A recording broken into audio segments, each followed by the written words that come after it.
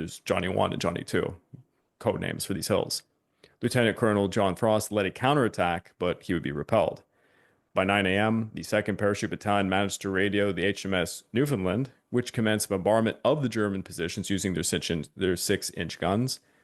But whilst this fire hindered the German advance, they nevertheless captured Johnny 1, forcing the British to consolidate to another position, which was on the 3rd hill, Johnny 3. At 2 p.m., a German battle group of about 350 men, led by Captain Franz Stannenberg, launched an assault from the north side of the bridge. By 6 p.m., supported by 88mm anti-aircraft guns, which is kind of the greatest German weapon of the war, of the entire war, by the way. It's did a hell of a lot of damage, to say the least. Especially to the tanks. Yeah. The Germans demolished pillboxes and dislodged the paratroopers who were forced to retreat to Johnny 3. So basically everyone's like on Johnny 3 at this point. That night, Captain Paradisi Romolo led a black shirt commando unit in some armored cars to almost overrun the headquarters of the 9th Battalion, Durham Light Infantry. Another armored car column attempted unsuccessfully to attack the 98th Field Regiment, Royal Artillery, at the intersection of Lenteni and Scordia Roads, while a truck and motorcycle-borne infantry made unsuccessful assaults on the British 124th Field Artillery Regiment. As Axis forces were continuously reinforcing their positions at the bridge, elements of the 50th Northumbrian Division would be advancing towards it by this point, because the seaborne landings at this point are already kind of ongoing, but we're going to get into that later. On July the 15th... I think just for the audience's benefit is the paratrooper landings and glider infantry, they started dropping down, I think, just a few hours before the first waves would hit the shore. Exactly. On July the 15th, the Northumbrians and the paratroopers launched a combined assault on the bridge. And initially, it was pretty costly for them. The British suffered 34 deaths, 66 wounded, and 3 Sherman tanks were knocked out by the 88mm anti-aircraft gunfire from probably the best thing the Germans came up with in the war, in my opinion. Gradually, they secured a position at the southern end of the bridge. The Germans attempted to drive trucks filled with explosives against the bridge, but this was thwarted. Throughout the night, the 9th Battalion Durham Light Infantry continued to fight for the northern section of the bridge. Meanwhile, Lieutenant Colonel Pearson led 2 companies of the 8th Battalion Durham Light Infantry across the Simeto River using a small ford, establishing a bridgehead on the northern bank. Fearing now encirclement, the Germans and Italians were forced to withdraw, allowing the British to recapture the bridge on July the 16th. The British forces suffered 141 casualties, with another 168 wounded or missing. So this is going to bring us to the amphibious landings.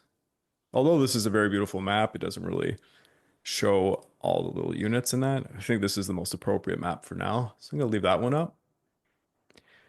So for the seaborne landings, beginning at 2:45 a.m. on July the 10th, Allied forces launched landings at 26 beaches along a 170-kilometer stretch between Lecata and Cassibile. In the west, Patton's 7th Army landed in the Gulf of Gela, with Truscott's 3rd Division landing near Lecata and Bradley's 2nd Corps landing between Gela and Scoliti.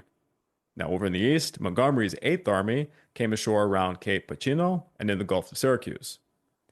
The Axis defensive plans did not include a strong resistance at the beaches, allowing the landings to proceed with relatively little opposition. However, difficult weather conditions resulted in many troops landing in incorrect locations, significantly behind schedule. I think I'll just and also really bad coxswains, I might add. Yeah. Now there was this. I think this is like a kind of a comical incident that happened. So Lieutenant David Fenner of the 6th Battalion of the Durham Light Infantry, they're part of the 50th Division. Mm-hmm. So that is, they are landing on the map. You can see the British arrows that are going to Syracuse. Yeah. But keep in mind, they are part of the 50th Division. The 5th Division, which is also landing at the same time, has the northernmost sector. Now, as they are in their landing craft and moving forward, he's with his unit. The coxswain of their LCA said the compass light and the navigation equipment are not working, so we are just going in blind. Jeez. And he said, and he also mentioned that at the same time, I noticed this problem a few months ago, but just did not report it. Yeah, that's good. Brilliant, right? Now Fenner is the Lieutenant Fenner is pissed off, and he just says, just stay near the other LCS of our battalion so that we don't get lost. And got lost was what happened. And uh, what happens is they veer off course and they find some other LCAs. And when they just find out which unit it is part of the King's Yorkshire Light Infantry, which is part of the 5th Division. So they drifted completely out of their division zone of Yeah. operations to the other division. Which, And it's commonplace for this stuff to happen, but yeah. true. Now Fenner kind of just shouts at the coxswain that they, course navigate and correct back. And what decides to happen is they at least find other LCAs of the 6th Durham Light, but the coxswain decided that he's playing bumper cars. So he rammed a couple of them. Luckily, no one died. Jeez. Yeah, and they caved. And not to mention, by now the LCA they have about 1 to 1.5 foot of water inside, and his men are just standing. And now the soldiers are openly questioning the coxswain's competency. Rightfully And so. as they near the beach, he said, "Yeah, I can't beach it because I dropped my anchor way too early, so I can't pull the pull the landing craft back after I beach myself. I'm gonna drop you guys way earlier. You have to wade through more water to get to the Jeez. beach." I Fun think if times. I had such a cocktail, then the mission's gonna go pretty well because I don't think the men would want to come back to that LCM fall. Yeah, I don't blame them. Yeah. If you're looking at the map, Montgomery's immediate objectives are to capture Pacinto's airfield and the ports of Syracuse and Augusta, while Patton is aiming to secure the port of Licata and the airfields at Ponte Olivio, Comiso, and Biscari. Now, actually, well, I have another map for Gela. One sec.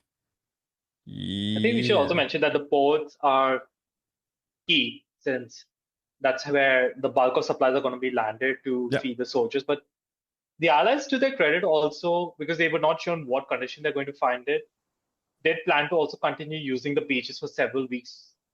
So I Yeah. think the experience that the United States Marines had gained in the amphibious assault so far were also utilized in how to effectively clear beaches. Yeah, exactly. Because I mean, you have to assume that the enemy is going to destroy the ports, which they will try to do, of course.